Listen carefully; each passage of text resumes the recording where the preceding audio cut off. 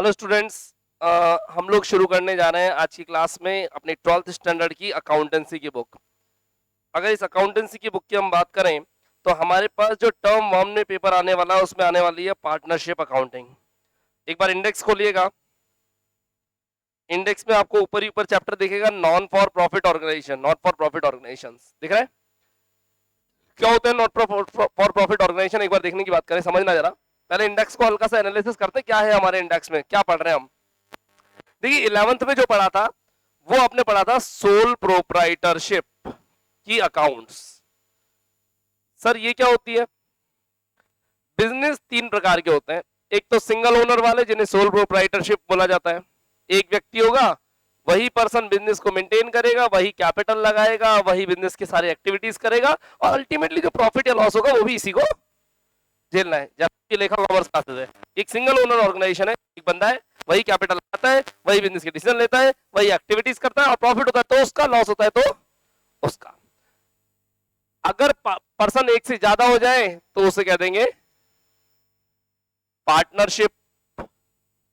Partnership की पूरी accounts हमारे सिलेबस में इस साल इस वॉल्यूम 1 के अंदर है।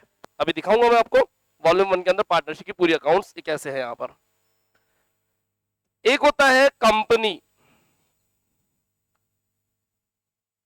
तीनों में डिफरेंस देखते हैं। यहां सिंगल ओनर, पार्टनरशिप में एक से ज्यादा पर्सन होंगे। एक पार्टनरशिप एक्ट होता है पार्टनरशिप एक्ट 1932, उसके अकॉर्डिंग यहां पर इनके बीच में एक एग्रीमेंट होगा, डीड की कि कौन काम करेगा, कितना प्रॉफिट शेयरिंग रेशियो होगा, बिजनेस में कौन एक्टिवली काम करेगा, लगाएगा, सब कुछ बात होती है यहाँ पर। इसकी पूरी अकाउंट्स हमारे यहाँ पर हम कह सकते हैं फंडामेंटल्स,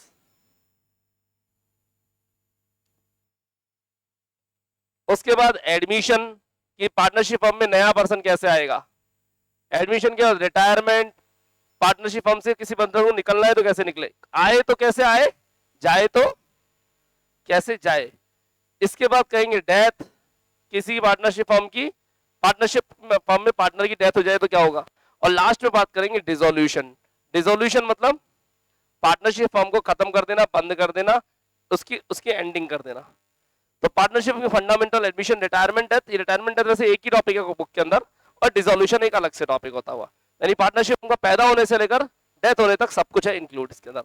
कंपनी, कंपनी जिसके अंदर शेयर कैपिटल होगी, ओनर्स कोई भी हो सकते हैं और कितने भी हो सकते हैं, अनलिमिटेड ओनर हो सकते हैं। यहाँ शेयर कैपिटल से पैसा आएगा, डिसीजन मेकिंग सब मिलकर के करेंगे, फंड कंपनी की जनरल मीटिंग्स होंगी, बहुत बड़े लेवल पे। यहाँ पे पैसा कितना लगा सकते हैं, लिमिटेड पैसा लगा सकते हैं, कोई दिक्कत वाली बात नहीं है। तो ये बिजनेस के तीन रूप है, ये छोटा, ये इससे बड़ा और ये बहुत बड़ा। कंपनी हमारे सिलेबस में पूरी नहीं है, थोड़ी सी है। पार्टनरशिप फर्म पूरी है अपने सिलेबस में। सोल प्रोप्राइटरशिप कब पढ़ी हमने? 11th क्लास में। याद दिलाना चाहूंगा general, laser, trial balance, final account with adjustments, bills of exchange, bank reconciliation statements, depreciation, ये सारे टॉपिक्स थे हमारे। वो सब सोल प्रोप्राइटरशिप की अकाउंटिंग थी। पार्टनरशिप और कंपनी का नामो निशान नहीं था। पार्टनरशिप और कंपनी हमने थियोरेटिकली पढ़ी थी 11th क्लास में बीएसटी की बुक में। वो पार्टनरशिप और कंपनी प्रैक्टिकली आ गई अकाउंट्स की बुक में 12th में। 11th में बीएसटी में पढ़ी थ्योरी में, 12th में प्रैक्टिकल आ गई अकाउंट्स में। यहाँ 12th में आपके पास एक टॉपिक और है, not for profit organisation. Not for profit organisation मतलब आप जिन्हें बोलते हो एनजीओज, एनजीओ बोलते हो जो कि प्रॉफिट के लिए काम नहीं करते, लोगों के वेलफेयर के लिए काम करते हैं। लाइक बच्चों की एजुकेशन पे काम कर लिया, अपने कच्ची बस्ती के अंदर लोग जो ड्रिंक करके रहते हैं उन पर काम कर लिया, ट्रैफिक रूल्स सिखाने के ऊपर काम कर लिया, यानी मार्केट में सोशल वेलफेयर के काम करते रहते हैं कि पेड़ लगाओ, साइकिलिंग करो, हेल्थ का ध्यान रखो, ये सब काम नॉट फॉर प्रॉफिट ऑर्गेनाइजेशन करते हैं। इनकी अकाउंटिंग अपने सिलेबस में है। तो अभी जो बुक में आप वॉल्यूम 1 में देख रहे हो चैप्टर 1 वो इसी का है, किसका? नॉट फॉर प्रॉफिट ऑर्गेनाइजेशन का। देखो दिख रहा है क्या? चैप्टर 2 देखो आगे का, पार्टनरशिप दिख रही है क्या? चैप्टर 2 पार्टनरशिप नजर आ रहा है क्या? ठीक है। पार्टनरशिप के फर्म के फंडामेंटल्स नजर आ रहे हैं। फंडामेंटल क्या? Change in PSR, change in profit sharing ratio दिख रहा होगा, फिर एडमिशन, फिर रिटायरमेंट और डेथ और फिर डिसोल्यूशन दिख रहा है।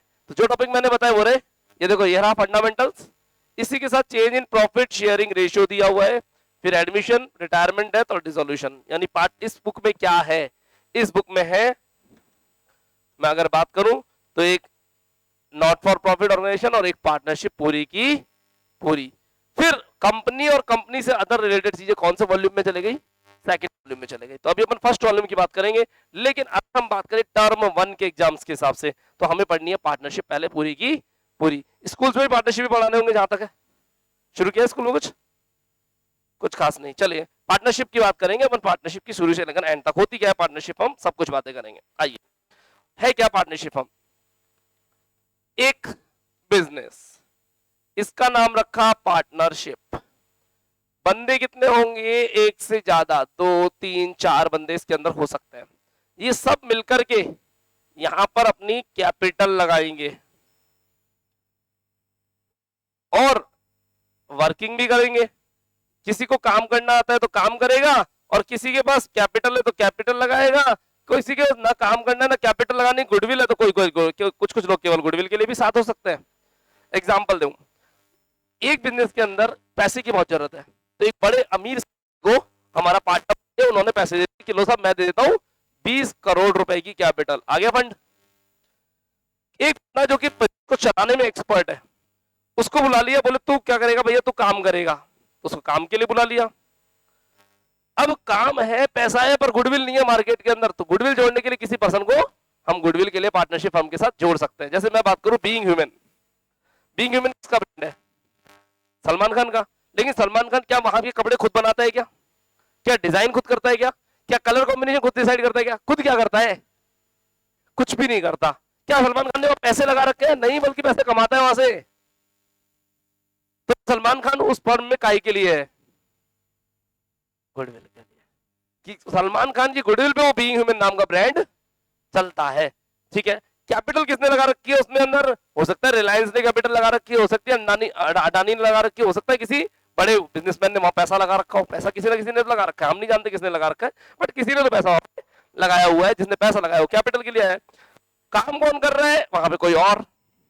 इसका अच्छा एग्जाम्पल और है, आप जिस स्कूल में पढ़ते हैं नॉर्मली, उस स्कूल के डायरेक्टर सर कोई और होते हैं और उस स्कूल के प्रिंसिपल सर कोई और होता है। देखा है आपने, प्रिंसिपल वर्क करने के लिए आता है, डायरेक्टर सर कैपिटल लगाते हैं और केवल दिवाली वहां आते हैं, यानी कभी कभी स्कूल में आते हैं, वो स्कूल के वर्किंग में इंटरफेयर नहीं करते। वर्किंग कौन करता है, पूरा प्रिंसिपल सर काम करते हैं। कैपिटल कौन लगाता है, डायरेक्टर सर पैसा लगाते हैं, है ना। गुडविल किसकी होती है, हो सकता है किसी के नाम पर, गुडविल के नाम पर भी बिजनेस चल रहा हो, पर नॉर्मली स्कूल वाले गुडविल काम में नहीं लेते, खुद की गुडविल खुद क्रिएट करते हैं। ऐसे ही तो होता है। जी हाँ, एक पार्टनरशिप फर्म में यही सब कुछ चलता है। तो अभी हम इसकी बात नहीं कर रहे, हम डायरेक्टली टॉपिक पर अटैक करते हैं। पार्टनरशिप फर्म जब बुक्स ऑफ अकाउंट्स, हम जा रहे हैं फंडामेंटल्स पर। फंडामेंटल में बहुत सारे टॉपिक्स आएंगे, एक पेज पर लिखिए fundamentals of partnership firm.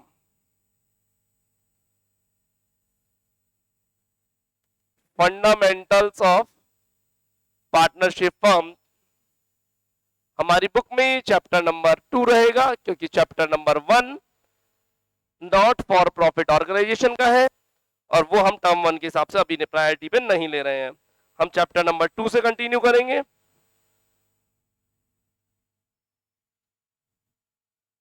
Yes,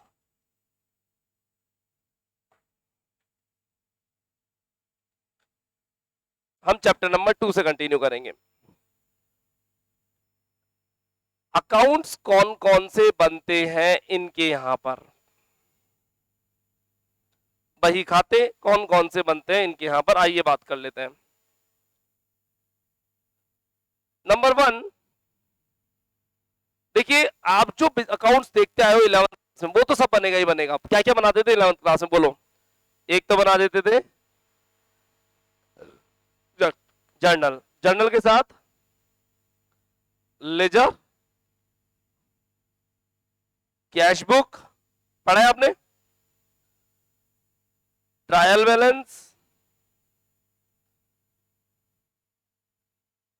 ये तो सब बनता ही बनता है। साथ में क्या बनता है, आइए मेन अकाउंट्स पर आते हैं। ट्रेडिंग एंड P&L अकाउंट, इसको नाम एक ही दिया, ट्रेडिंग P&L कंबाइन बनता है इसलिए, है ना। दूसरा बनता है, मैं बैलेंस शीट को यहां थर्ड नंबर पे रखूंगा क्योंकि कुछ बीच में नया आ रहा है। बैलेंस शीट,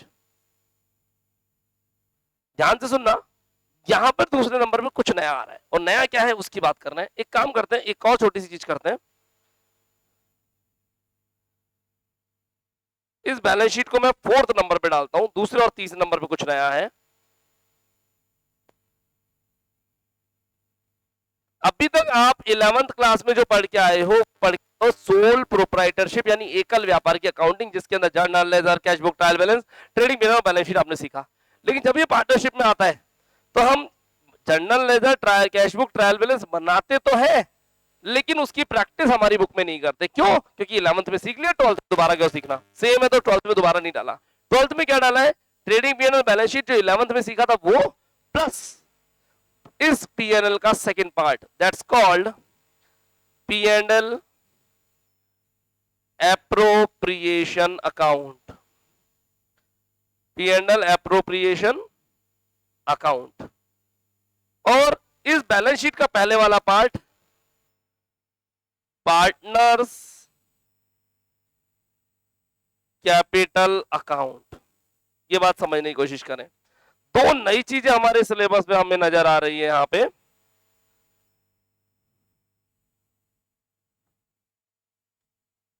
क्या क्या? एक तो पीएनएल एप्रोप्रिएशन अकाउंट, एक पार्टनर्स कैपिटल अकाउंट। ये क्या है आइए बताते हैं। पीएनएल अकाउंट क्या करता है? पीएनएल अकाउंट, एक मिनट समझना प्लीज, मैं इसको हटा दूं क्योंकि ये तो बच्चों कौन सी क्लास में चला गया?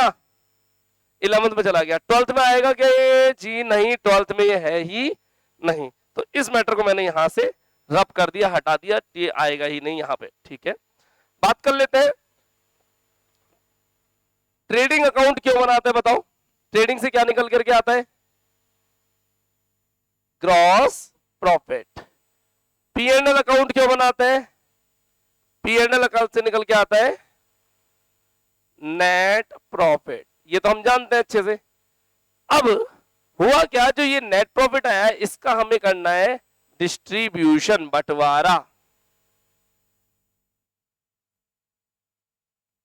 डिस्ट्रीब्यूशन, जो प्रॉफिट, जो जीपी यहां से कमाया वो यहां गया, जो एनपी यहां से कमाया वो यहां आएगा और उसको बंटवारा कर देंगे। कहां पे भाई? जो प्रॉफिट कमाया उस पार्टनर को बांटेंगे। क्या बांटेंगे पार्टनर को?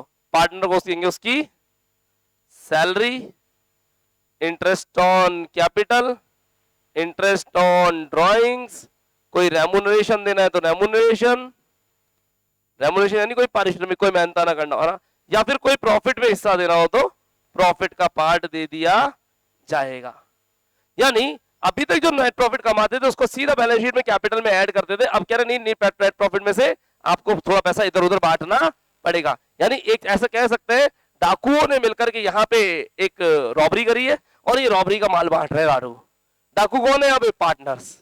पार्टनर्स आर सम रॉबर्स जो कि यहाँ पर एक रॉबरी करी, उन्होंने एक बैंक है यहां से कुछ पैसा लूटा है और यहाँ उस लूटे हुए पैसे का माल आपस में बांट रहे हैं। यानी पार्टनर इस पैसे को बांट के ले जाएंगे, डिस्ट्रीब्यूशन कर लेंगे। कहां पे? पीएनएल एप्रोप्रिएशन में। इसका पीएनएल एप्रोप्रिएशन नाम क्यों पड़ा? क्योंकि पैसे जो प्रॉफिट यहां कमाया उसको एप्रोप्रिएट जगह पर अप्लाई कर रहे हैं, लगा रहे हैं। यानी ये कमाने वाली जगह और ये बांटने वाली जगह। ठीक है ना? अब इसके कारण इस पीएनएल एप्रोप्रिएशन की कैपिटल कम या ज्यादा होगी? भाई एक डाकू पहले से 6 लाख का था, उसको 1 लाख और मिल गया तो अब उसकी 7 लाख 7 लाख रुपीज हो जाएगी। तो अब उसकी कैपिटल कितनी है उसका हिसाब किताब लगाना। भैया तूने सैलरी कमाई, तेरी कैपिटल बढ़ गई। तूने आईओसी कमाया, तेरी पैसे बढ़ गई। तूने आईओटी दिया, तेरी पैसे कैपिटल कम हो गई। तो कैपिटल का आना और जाना, कैपिटल में जितना भी प्लस और माइनस होगा उसको प्लस माइनस करके हम यहां से क्या बनाएंगे? Partner capital account. तो इसके बाद हम बनाते हैं पार्टनर्स कैपिटल अकाउंट। पार्टनर की कैपिटल को कम या ज्यादा करने के लिए। पार्टनर्स की कैपिटल को अप या डाउन करने के लिए।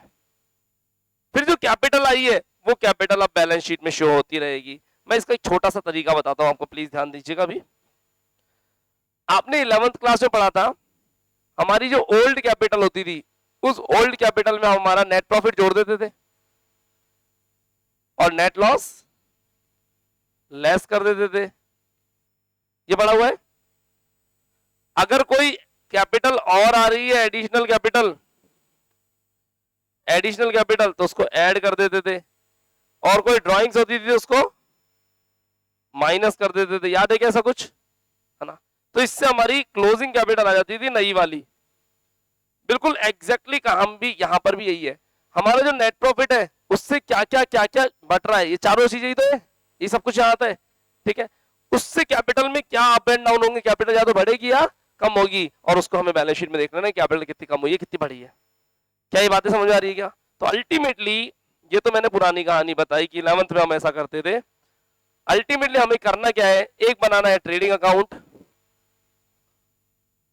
एक बनाना है PNL account, PNL sorry trading PNL, एक पीएनएल एप्रोप्रिएशन, जो प्रॉफिट यहां कमाया उसका बंटवारा कैसे करते हैं भी सिखाएंगे, एक पार्टनर्स कैपिटल अकाउंट, इसमें कैपिटल अप एंड डाउन होगी, और एक बैलेंस शीट। आज की क्लास में हम स्पेसिफिकली पीएनएल एप्रोप्रिएशन देखेंगे, पूरा का पूरा ट्रेडिंग पीएनएल की यादों को ताजा करेंगे और बैलेंस शीट की यादों को ताजा करेंगे। पार्टनर्स कैपिटल आज नहीं देख रहे। चलिए देखते हैं क्या कहने वाला हूं, प्लीज इसको नोट करिएगा प्लीज हल्का सा।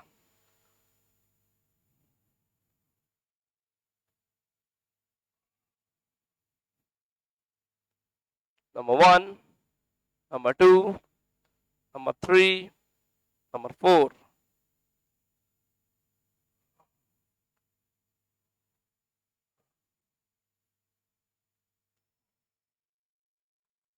Number 2, number 3, number 4। नोट कर लीजिए प्लीज इसको पूरे को।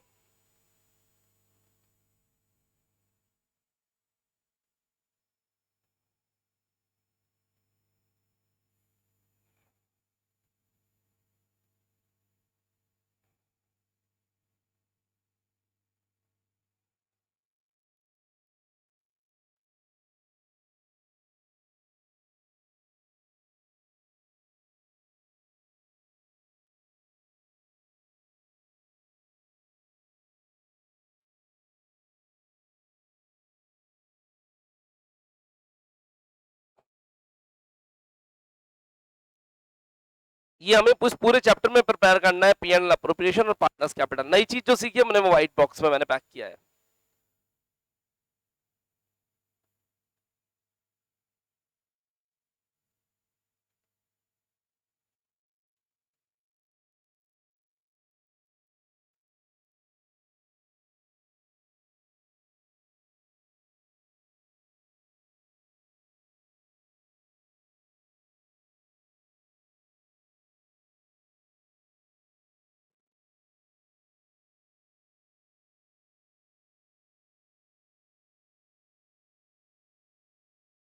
सबसे पहले हम आपकी पुरानी यादें ताजा करेंगे।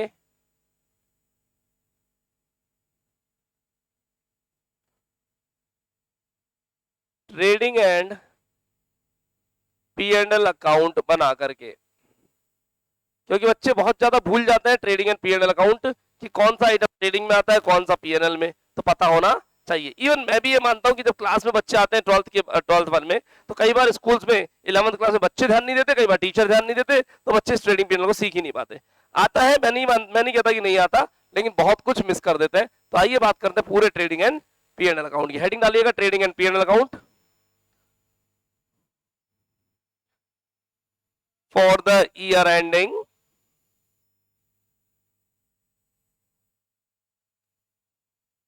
trading and P&L account for the year ending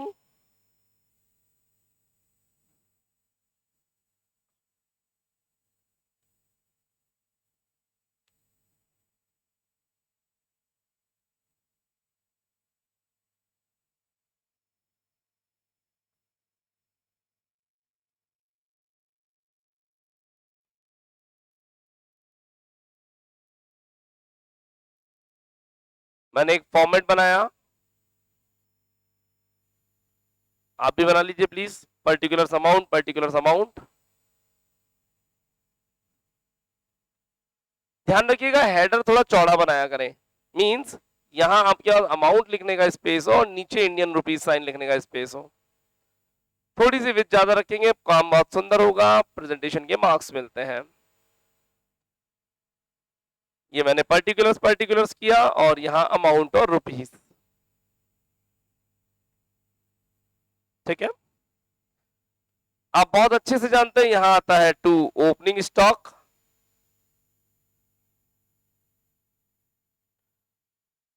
to purchases less purchase return,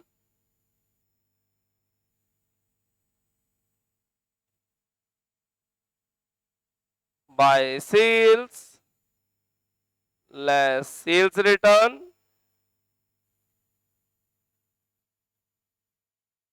ठीक है। टू यहां पर आएंगे डायरेक्ट एक्सपेंसेस, डायरेक्ट एक्सपेंसेस यहां आएगा by closing stock, closing stock ये हमारे डायरेक्ट एक्सपेंसेस रहे। टू जीपी बोले तो gross profit balancing figure, GP बोले तो ग्रॉस प्रॉफिट बैलेंसिंग फिगर।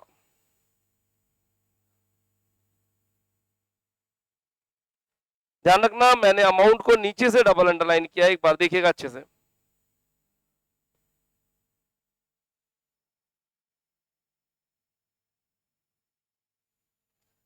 ये जीपी यहां से यहां जाएगा नीचे बाय ग्रॉस प्रॉफिट, जानते हैं क्या अभी बातें। जीपी यहां से यहां गया, यहां आए इनडायरेक्ट एक्सपेंसेस,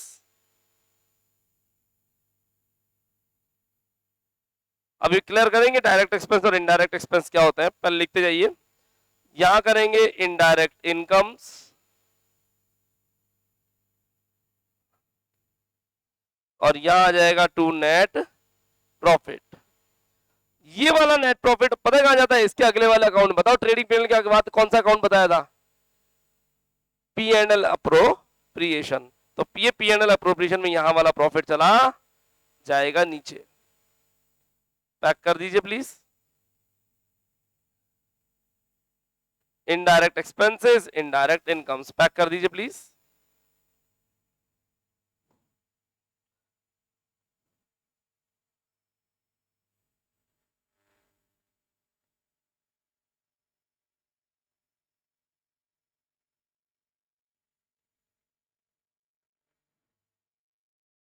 डायरेक्ट एक्सपेंस कहां से होता है, फैक्ट्री के सारे खर्चे,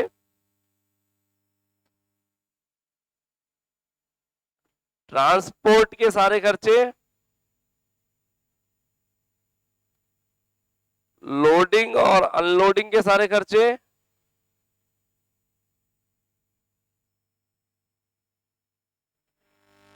चेकिंग के सारे खर्चे,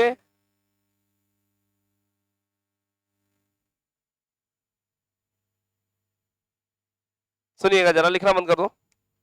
डायरेक्ट एक्सपेंस कौन से होते हैं, एक माल फैक्ट्री में पहुंचा, फैक्ट्री में बना, उसके मैन्युफैक्चरिंग के सारे खर्चे, बनने के सारे मैन्युफैक्चरिंग के सारे खर्चे, मैन्युफैक्चरिंग होने के बाद उसकी पैकिंग के सारे खर्चे, पैकिंग होने के बाद उसके ट्रांसपोर्टेशन के सारे खर्चे, उसकी लोडिंग और अनलोडिंग के और उसकी चेकिंग के चेक करने के सारे खर्चे, ये सब खर्चे कब तक के, टिल द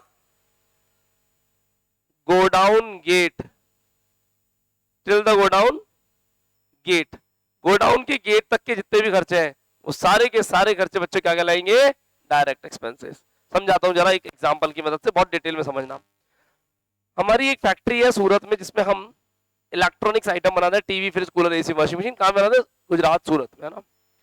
अब सूरत फैक्ट्री पे रॉ मटेरियल आता है, भाई फ्रिज बनने के लिए इलेक्ट्रॉनिक्स आइटम भी आएंगे, प्लास्टिक भी आएगा, आयरन भी आएगा, सब आ गया, वो आ गया। फ्रिज बन करके तैयार हो गया, डायरेक्ट एक्सपेंस। फ्रिज बनके तैयार हो गया, पैकिंग हो गई, डायरेक्ट एक्सपेंस। पैकिंग के बाद ट्रक में लोड हो गया, डायरेक्ट एक्सपेंस।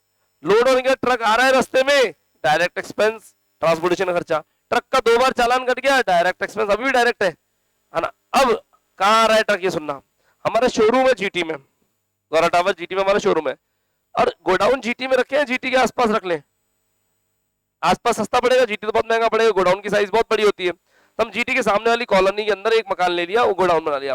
ट्रक कहाँ आएगा, जीटी शोरूम पे या जीटी के सामने वाले गोडाउन पे, गोडाउन पे ट्रक आ गया, ट्रक से माल अनलोड किया, डायरेक्ट एक्सपेंस। ट्रक गोडाउन की गेट पे 2 डॉगी बंधे हुए हमारे, 2 डॉगी है, एक गोडाउन की गेट के बाहर है, एक गोडाउन गेट के अंदर है। बाहर वाले डॉगी को बिस्किट खिलाए, डायरेक्ट एक्सपेंस। गोडाउन की गेट के अंदर माल एंटर होते ही अंदर वाले बिस्किट को डॉगी को बिस्किट खिलाए, इनडायरेक्ट एक्सपेंस। यानी the cut off point is what,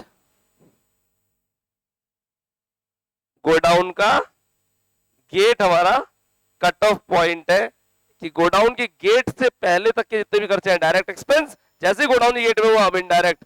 godown की गेट में एंटर होने के बाद गोडाउन के अंदर गार्ड साहब बैठे, उनकी तनख्वाह इनडायरेक्ट। गोडाउन का रेंट इनडायरेक्ट। गोडाउन से पैक होकर कस्टमर के बाहर माल पहुंचना इनडायरेक्ट। ऑफिस और शोरूम के सारे खर्चे इनडायरेक्ट। कस्टमर के घर के बाहर माल पहुंचने ठीक करने जा रहे हैं आउट ऑफ वारंटी सर्विस के अंदर, है ना, इनडायरेक्ट। सारे खर्चे क्या है, इनडायरेक्ट। कब, किसके बाद, गोडाउन का गेट कट ऑफ पॉइंट है। तो मैंने लिखा indirect expense, indirect expense just after godown gate. Godown gate के जस्ट बाद के सारे खर्चे क्या है बच्चों, इनडायरेक्ट खर्चे हैं। जैसे गोडाउन के सारे खर्चे, गोडाउन एक्सपेंसेस। गोडाउन के बाद हम बात करें तो शॉप के या और ऑफिस के सारे खर्चे, शॉप और ऑफिस के सारे खर्चे। और उसके बाद अदर एक्सपेंसेस, अदर एक्सपेंसेस।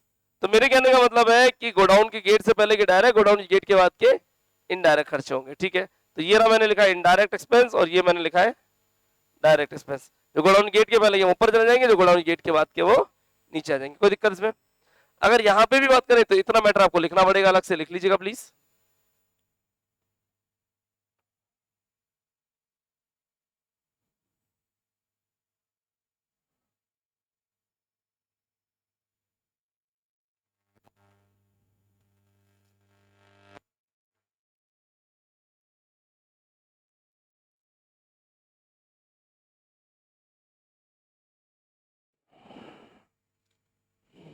चलिए अच्छी बात है, लिखते जाए।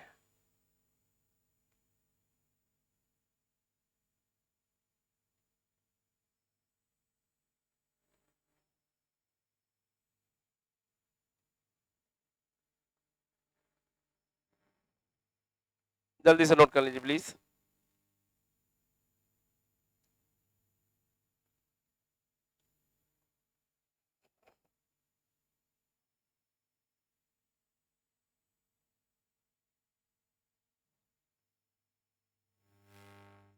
सैलरी एंड वेजेस पीएनएल में कहां आता होगा, ट्रेडिंग में या पीएनएल में? सैलरी एंड वेजेस, पहला वर्ड क्या है, सैलरी, पीएनएल में जाएगा। वेजेस एंड सैलरीज,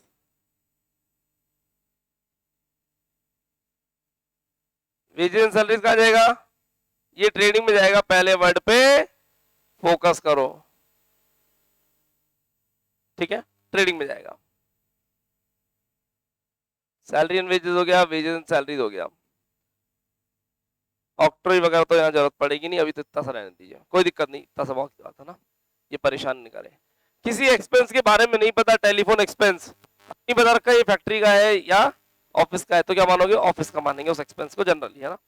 ठीक है, अब स्पेसिफिकली बताना है P&L एप्रोप्रिएशन।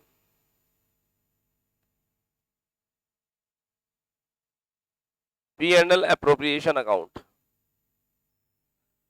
एक बार के लिए बोर्ड पे देखिएगा। P&L से आने वाला पैसा बाय नेट प्रॉफिट, और नेट प्रॉफिट P&L से आने वाला मान लेते 70,000 रुपए आ रहा है, P&L से बहुत सारा पैसा आता है। अब जरा समझना, इस 70,000 रुपए का इनको बंटवारा करना है। जब बंटवारा करने लगे तो सबसे पहले दे देंगे एक दूसरे को सैलरी, जो जो काम करता है उसको सैलरी मिल जाएगी। फिर कुछ को मिल जाएगा इंटरेस्ट ऑन कैपिटल, आईओसी। भाई एक बंदे ने पैसा लगा रखा तो उसे ब्याज तो करेगा ना, तो उसको ब्याज दे देगी पार्टनरशिप खुद ही। पार्टनरशिप में से किसी ने ड्राइंग्स करी हो तो बाय ड्राइंग्स, और किसी ने इंटरेस्ट ऑन ड्राइंग्स लिया हो तो इंटरेस्ट ऑन ड्राइंग्स। ये पैसा पार्टनरशिप फर्म के पास आ रहा है और ये पैसा पार्टनरशिप फर्म के पास से जा रहा है, ठीक है ना। ड्राइंग्स और आईओडी आ जाएगा, सैलरी और आईओसी पहले ही आया हुआ है, इसको डेबिट कर दिया जाएगा। ठीक है, कोई कमीशन हो,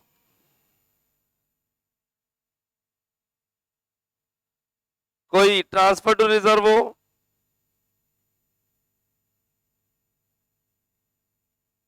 ट्रांसफर टू रिजर्व हो, यानी क्या कह रहे हैं साहब, हमने रिजर्व में कुछ पैसा शिफ्ट कर दिया है,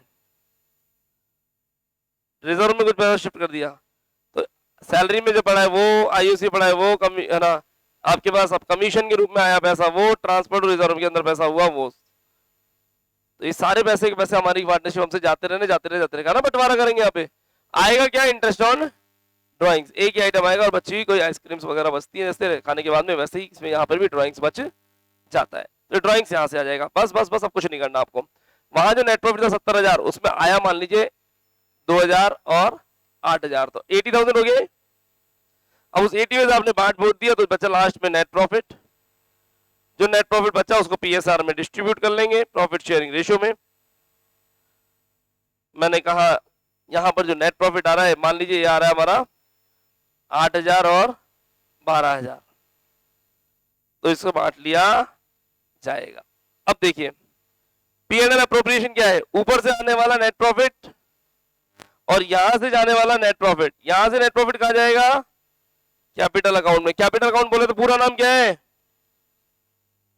पार्टनर्स कैपिटल अकाउंट। अरे दो ही चीज तो बनाने को बोली थी, ये देखो ना, ये देखो इस चैप्टर में क्या क्या बनाना है आपको, एक तो पीएनएल का एप्रोप्रिएशन बनाना है, थोड़ा फॉन्ट मोटा करना पड़ेगा, ये पीएनएल का एप्रोप्रिएशन बनाना पड़ेगा, और दूसरा बोला आपको क्या बनाना पड़ेगा, पार्टनर्स कैपिटल अकाउंट। ये तो बताया, इनके नाम यहां पे भी लिखे दे रहे हो।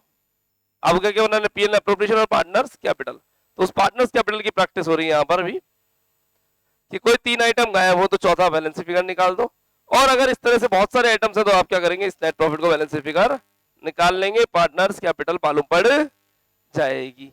ये है पीएनएल एप्रोप्रिएशन अकाउंट, इस एप्रोप्रिएशन में प्रॉफिट्स का बंटवारा हो रहा है।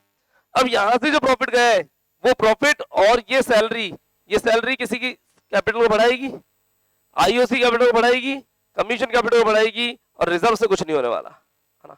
जबकि ड्राइंग्स और IO interest on drawings capital को कैपिटल से निकलती रहती है। देखेंगे ये भी कैसे होने वाला है। बैलेंस शीट का फॉर्मेट बनाने की जरूरत आपको है नहीं, बैलेंस शीट आप जानते हो, पुरानी वाली बैलेंस शीट बनेगी, नई बैलेंस शीट बनाने की जरूरत नहीं है, हॉरिजॉन्टल वाली बनेगी। चलिए एक बार मैं आपको इसके फोटो दिखा देता हूं। अगर अपनी बुक में देखा जाओ तो पेज नंबर 2.6 को लिएगा पार्टनरशिप की, पेज नंबर 2.6, इसमें पीएनएल एप्रोप्रिएशन अकाउंट दिख रहा है कहीं, पीएनएल एप्रोप्रिएशन के डेबिट में क्या है, ऊपर ऊपर डेबिट में सैलरीज है, उसके नीचे कमीशन है, कमीशन के नीचे इंटरेस्ट ऑन कैपिटल है, और उसके बाद रिजर्व का पैसा ट्रांसफर किया, दिख रहा है क्या। अगर क्रेडिट साइड में देखो तो क्या क्या है, पीएनएल का पैसा और इंटरेस्ट ऑन ड्राइंग्स है, ड्राइंग्स भी नहीं लिखा हुआ ना, तो ड्राइंग्स भी होता है। अब चलते हैं हम अगले पेज पर। अगले पेज पर हमारे पास डायरेक्टली एक प्रैक्टिकल क्वेश्चन आ रहा है, इलस्ट्रेशन नंबर 1 दिख रहा है क्या, इलस्ट्रेशन 1 दिख रहा है क्या। ठीक है, इस इलस्ट्रेशन 1 को हम पढ़ना शुरू करेंगे। ओपनिंग स्टॉक दिखा मेरे को 36,000 रुपीज, परचेज रिटर्न इनवर्ड, बहुत सारी चीज यहाँ पे गिवन है, एक एक करके मैं इन सब चीजों को एक साथ अप्लाई करूंगा तो दिक्कत हो जाएगी। अपने को क्या करना है प्लीज सुने, सबसे पहले ऐसे क्वेश्चन को सॉर्ट आउट कैसे करते हैं। क्वेश्चन में पूछो, देखो क्या क्या पूछा है, क्वेश्चन की टेबल के ठीक नीचे वाली लाइन, क्वेश्चन की टेबल के ठीक नीचे वाली line, you are required to prepare, मिला क्वेश्चन की टेबल के ठीक नीचे वाली line, you are required to prepare trading account, PNL account, PNL appropriation account and the balance sheet. सब कुछ पूछ लिया क्या, नहीं एक चीज नहीं पूछी, पार्टनर्स कैपिटल अकाउंट नहीं पूछा, बाकी सब कुछ पूछ लिया। चलिए अच्छी बात है, सब कुछ एक एक करके बना देंगे। तो सबसे पहले हम बनाएंगे trading and PNL account, trading and PNL account हम सबसे पहले बनाएंगे। चलिए एडिशनल इंफॉर्मेशन की तरफ बढ़ते हैं हम एक बार के लिए।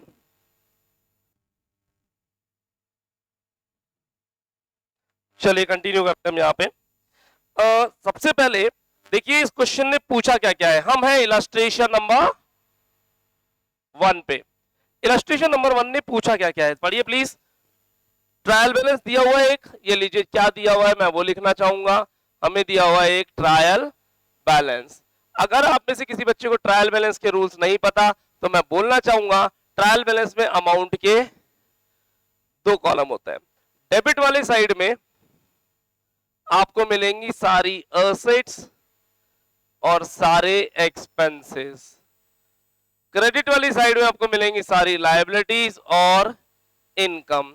अगर आपको नहीं पता है तो प्लीज अपनी बुक में ये नोट कर लीजिए या अपनी कॉपी में कहीं नोट कर लीजिए ट्रायल बैलेंस में क्या होता है, कहीं कई बार पूछना पड़ेगा। जैसे मान लीजिए, समझना प्लीज, क्वेश्चन में लिखा हुआ है रेंट और इधर लिखे हैं 6,000 रुपए, इसका मतलब रेंट 6,000 का आया है गया है? आया है, इनकम होती है ना इधर तो। और रेंट अगर 6,000 रुपए ये वाले इधर ना लिख करके कहां लिखे हुए हो, इधर, तो इसका मतलब ये क्या हो गया? एक्सपेंस। रेंट आ भी सकता है और रेंट जा भी सकता है, तो आपको पता होना चाहिए कि रेंट एक डिपेंड करता है अमाउंट किधर है। अगर इधर आता है तो एक्सपेंसेस और इधर आता है तो इनकम्स होंगी, है ना। तो ट्रायल बैलेंस का ये हल्का सा स्ट्रक्चर अपनी कॉपी में बना लीजिए ताकि आपको पता होना चाहिए कि ट्रायल बैलेंस डेबिट में क्या और क्रेडिट में क्या। अपनी बुक में लिख लेना ज्यादा बढ़िया है। अपनी बुक में डेबिट साइड वाले पे लिख दीजिए, डेबिट साइड वालों पे लिख दीजिए। अपनी बुक में ऐसा कर रखा है इन्होंने, ये देखिए, इधर डेबिट है और इधर क्रेडिट। तो डेबिट साइड वाले क्या क्या है, सारे के सारे एक्सपेंसेस और असेट्स, और क्रेडिट साइड वाले क्या है, सारे के सारे इनकम्स और लायबिलिटीज। इनकम्स और लायबिलिटीज अपने क्रेडिट साइड वाले लिख लीजिए प्लीज। लिख लिया? चलिए, क्वेश्चन में एक ट्रायल बैलेंस गिवन है, पूछा क्या क्या है, यह तो लिख लिया मैंने, गिवन है। पूछा क्या क्या है हमसे वो देखिएगा, एक trading and P&L account, balance sheet, trial balance के ठीक नीचे वाली लाइन पढ़िए, trading and P&L account, P&L appropriation account पूछा है ना, और balance sheet. Partners capital account नहीं पूछा। सुनिएगा मेरी बात को बड़े ध्यान से, ये ट्रेडिंग P&L हमसे जस्ट प्रैक्टिस के लिए बनवा रहा है पहले पहले इलस्ट्रेशन में, इसके बाद ट्रेडिंग P&L कभी नहीं बनवाएगा। ट्रेडिंग P&L आप बना चुके कब? 11th में। बैलेंस शीट आप भी प्रैक्टिस के लिए बनवा रहा है, वैसे नहीं बनवाएगा। बैलेंस शीट भी आप बना चुके कहां पे? 11th क्लास में। आपसे स्पेशल प्रैक्टिस किसकी करवाएगा ये? P&L एप्रोप्रिएशन की आपसे स्पेशल प्रैक्टिस करवाने वाला है। और एक चीज की स्पेशल प्रैक्टिस करवाएगा आपसे, पार्टनर्स कैपिटल अकाउंट आगे। ठीक है, तो आपको ट्रेडिंग पे बैलेंस शीट पे ज्यादा ध्यान देने की जरूरत नहीं है। मैंने ट्रेडिंग P&L का एक फॉर्मेट बनाया, trading and P&L account for the year ending,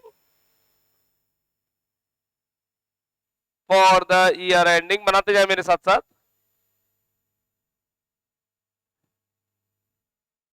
trading and P&L account for the year ending,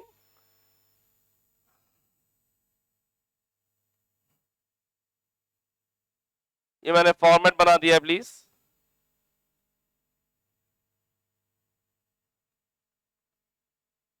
particulars,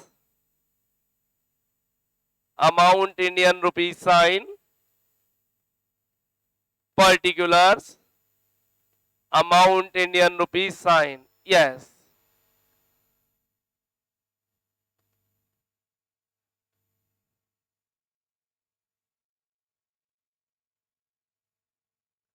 P&L appropriation account,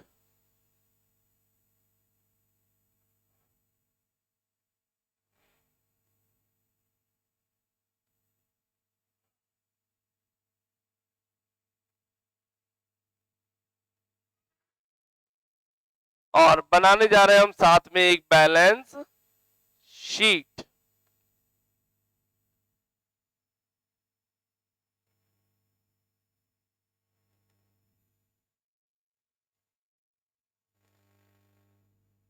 ये लीजिए, मैंने प्रॉपर फॉर्मेट बना दिया सबके। ट्रेडिंग बिल बना, P&L एप्रोप्रिएशन, ये कमाने की जगह है, ये बांटने की जगह है, और ये अपनी स्थिति आज की पोजीशन देखने की जगह है। ओके, क्वेश्चन की एडिशनल इंफॉर्मेशन पढ़ते हैं। फर्स्ट पॉइंट में स्टॉक अंडरलाइन, सेकंड पॉइंट में रेंट अंडरलाइन, थर्ड पॉइंट में depreciation computer underline, depreciate computer underline, fourth point में भारतीय सैलरी अंडरलाइन और इंटरेस्ट ऑन कैपिटल अंडरलाइन। भारतीय सैलरी और इंटरेस्ट ऑन कैपिटल अंडरलाइन। सुनिएगा जरा, जो आइटम्स ट्रायल बैलेंस के अंदर होता है उनकी पोस्टिंग इनमें एक जगह होती है कहीं पे भी, जो ट्रायल बैलेंस के बाहर होते हैं उनकी पोस्टिंग दो जगह होती है, उनको बोलते हैं एडजस्टमेंट। क्या बोलते हैं? एडजस्टमेंट। ठीक है, तो मैं एक एक आइटम उठाने की कोशिश करता हूं। ऊपर ऊपर ओपनिंग स्टॉक दिख रहा है आपको? Yes, to opening stock.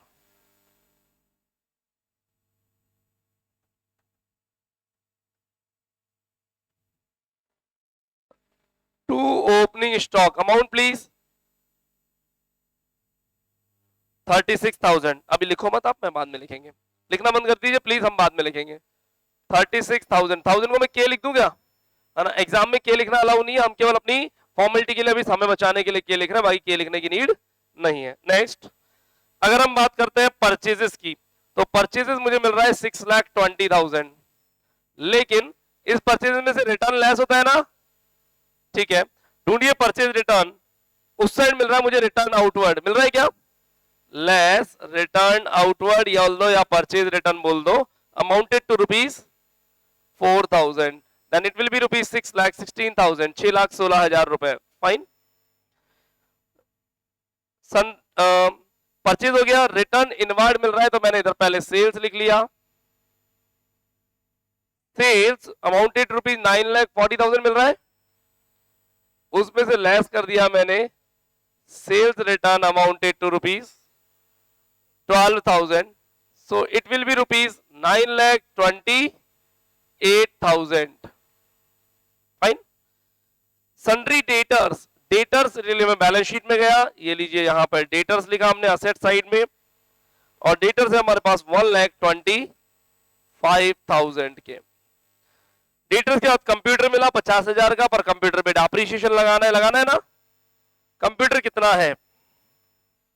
50,000, मैंने अंदर लिखा लेस डेप्रिसिएशन। पढ़िएगा डेप्रिसिएशन वाली line, depreciate computer 20%, depreciation at the rate 20%, और 20% आ जाता है इसका डेप्रिसिएशन 10,000 रुपए, तो मैंने बाहर निकाल दिया रिमेनिंग 40,000। डेप्रिसिएशन एक एडजस्टमेंट बोल दो बच्चों, भाई जो चीजें डेप्रिसिएशन बाहर पाई जाती है डेप्रिसिएशन दो बजे पोस्टिंग होगी, तो डेप्रिसिएशन की एक पोस्टिंग और होगी कहां? ट्रेडिंग में या पीएनएल में?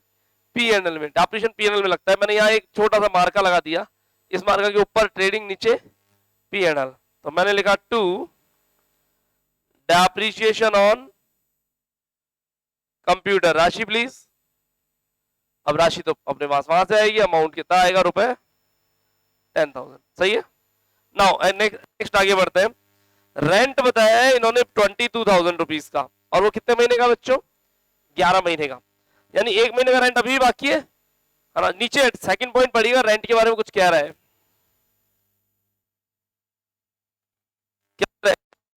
एक महीने का पे अभी भी नहीं किया, आउटस्टैंडिंग चल रहा है ना। ठीक है, सबसे पहली बात, ये रेंट रिसीव्ड है या रेंट पेड है? रेंट पेड है, पे नहीं किया। और वैसे भी देखो ट्रायल बैलेंस के डेबिट साइड में है ना, और ट्रायल बैलेंस के डेबिट में क्या आते हैं? सारे आते हैं बोर्ड पे। रेंट मैंने यहां लिखा, रेंट वैसे तो 11,000 का पे कर चुके हैं, ऐड करेंगे आउटस्टैंडिंग रेंट बकाया। हाँ जी, 22,000 रुपए 11 महीने का है क्या? देखो साथ में लिखा हुआ है 22,011 मंथ्स लिखा है क्या? तो एक महीने का कितना होगा? डिवाइड बाय कर लेते हैं 2,000 रुपीज, तो अल्टीमेटली बाहर आ जाएगा बच्चों 13,000 रुपीज। जो आउटस्टैंडिंग रेंट है वो हमारी लायबिलिटी है, चुकाना है हमें, तो आउटस्टैंडिंग लायबिलिटी है, तो ये बैलेंस शीट के लायबिलिटी साइड और ये बैलेंस शीट की असेट साइड। लायबिलिटी साइड में मैंने लिख लिया आउटस्टैंडिंग रेंट, अभी कंपनी को पे करना बाकी है ₹2,000। डन। नेक्स्ट पॉइंट, रेंट के बाद मिल रहा है सैलरी 1,20,000, सैलरी पीएनएल का हिस्सा है, टू सैलरी 1,20,000, 1,20,000। सैलरी के बाद मिला मुझे land and building, land and building assets में जाएगा 3,52,000, 3,52,000, 3,52,000। सही चल रहा है।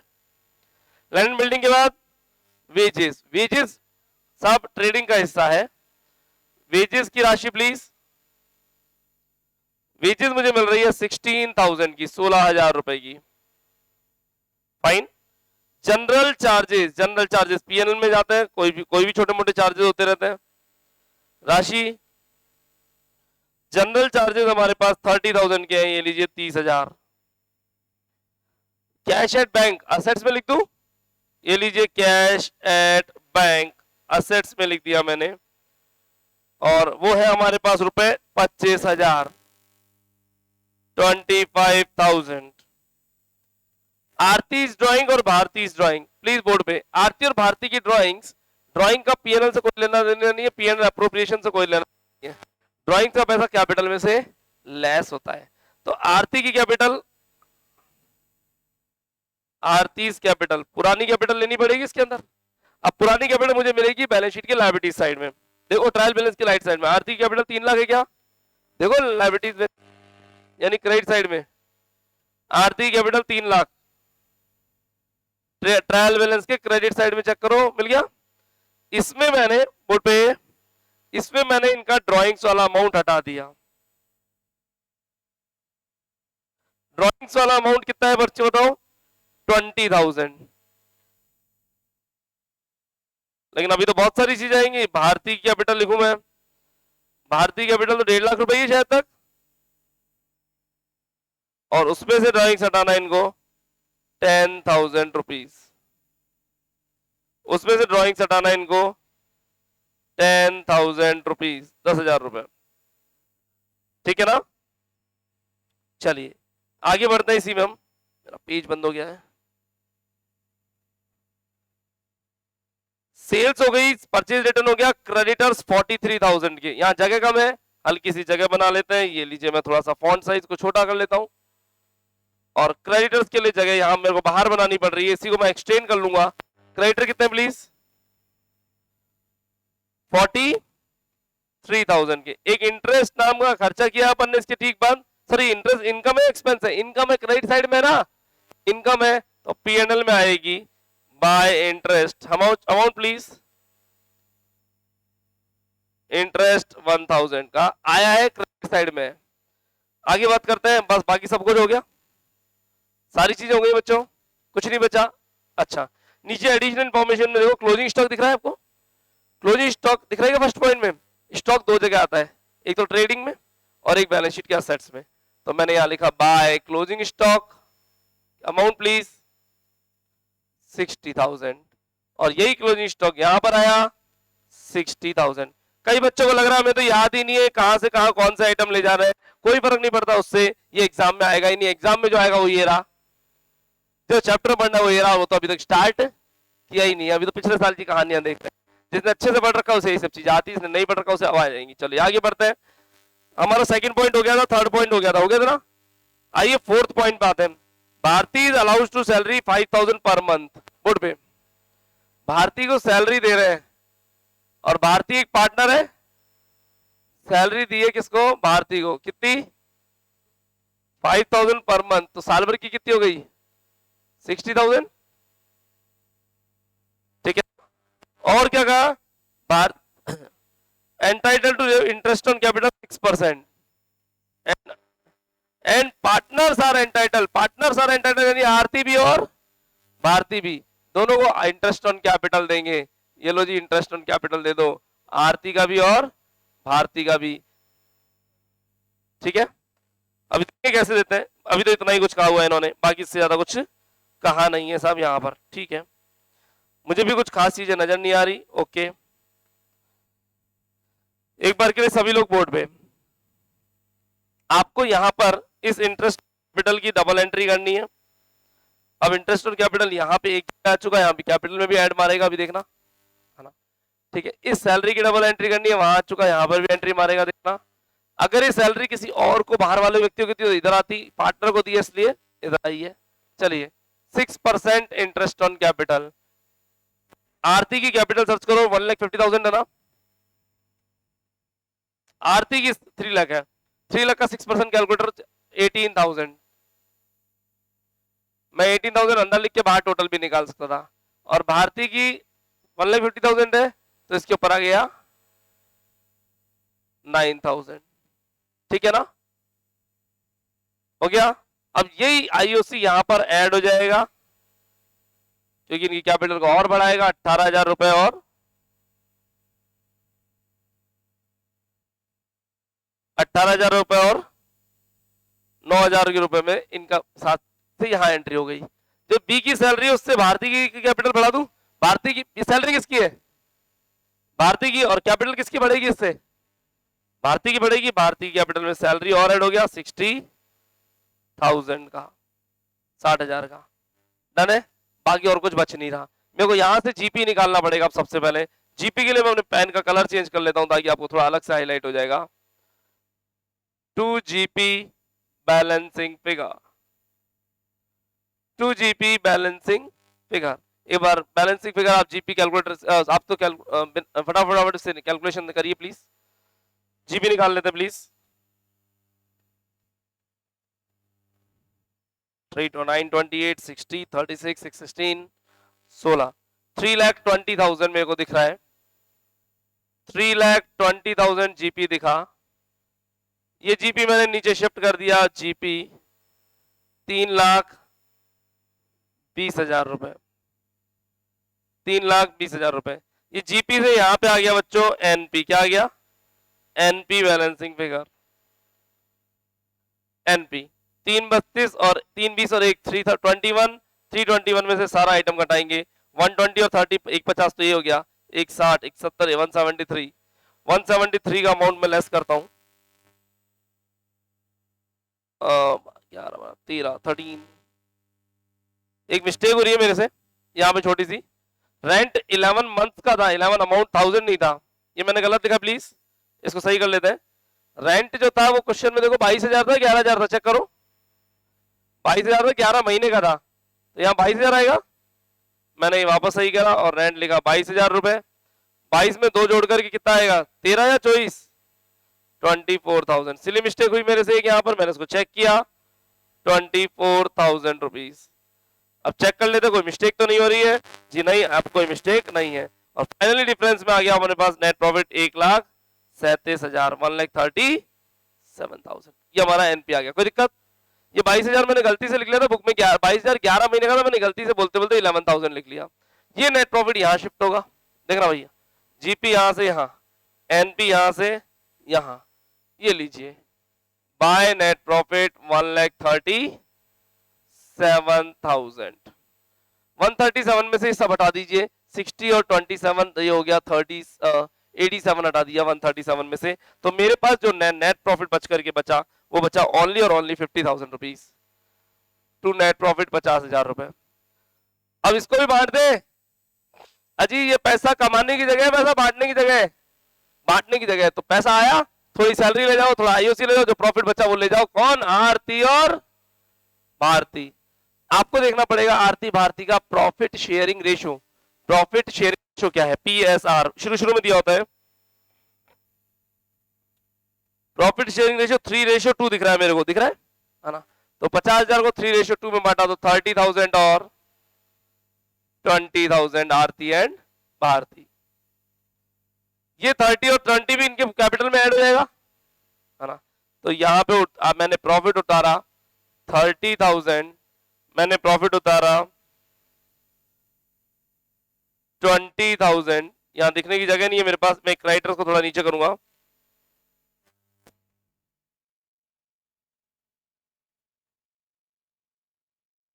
यस, तो नेट प्रॉफिट उतारा, प्रॉफिट अलग से नहीं लिखना, ऐड ही करना है। एक सेकेंड,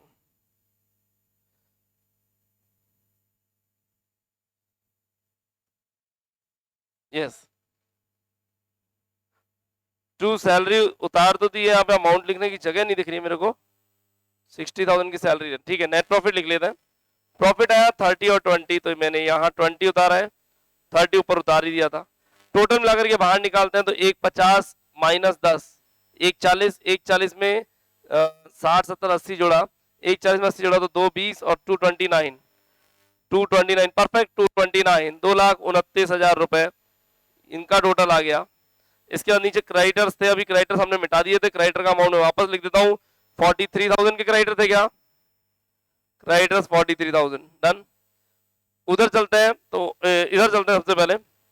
3,20,000 गए तो 280 बच गया। 218 में 18 प्लस किया यानी ये बच गया मेरे पास 298। 298 में 30 और ऐड करूं तो 298 में 30 ऐड किया तो मेरे पास बना ये 328, 3,28,000। परफेक्ट है 328। आप एक काम और कर सकते हैं, इस 20,000 पे ब्रैकेट लगा लें ताकि कंफ्यूज नहीं होंगे, है ना। 328 चेक करते हैं तो दोनों साइड्स इक्वल आनी चाहिए। मैं डायरेक्टली आंसर मैच कर लेता हूं दोनों साइड्स इक्वल के। यस 25 125 यस 40 60 और 352। जी हाँ, बैलेंस शीट की दोनों साइड्स बरोबर आते हैं। बरोबर आप लगाइएगा, दोनों साइड इक्वल आना मतलब परफेक्ट। आपको इस पूरी कहानी में बच्चों ये ट्रेडिंग नहीं सीखनी, पीएनएल नहीं सीखना, ये बैलेंस शीट नहीं सीखनी, ये सब 11th में हो गया। जो इस साल आएगा वो ये आएगा। और ये क्या कहता है, ऊपर से नेट प्रॉफिट ले लो, थोड़ी सैलरी दे दो, थोड़ा आईओसी दे दो, थोड़ा प्रॉफिट दे दो, अगर कोई आईओडी है इंटरेस्ट ऑन ड्राइंग से तो वो ले लो, बाकी कुछ भी नहीं। तो अल्टीमेटली आपको सीखना क्या है यहाँ से, पीएनएल एप्रोप्रिएशन। इस पीएनएल एप्रोप्रिएशन की कल प्रैक्टिस करेंगे। एक बार आप वीडियो को पॉज करके इतना मैटर नोट कर लीजिए, फटाफट जल्दी से नोट करिएगा। आप इसको नोट कर लीजिए, कल इसके आगे कंटिन्यू किया जाएगा। Thank you.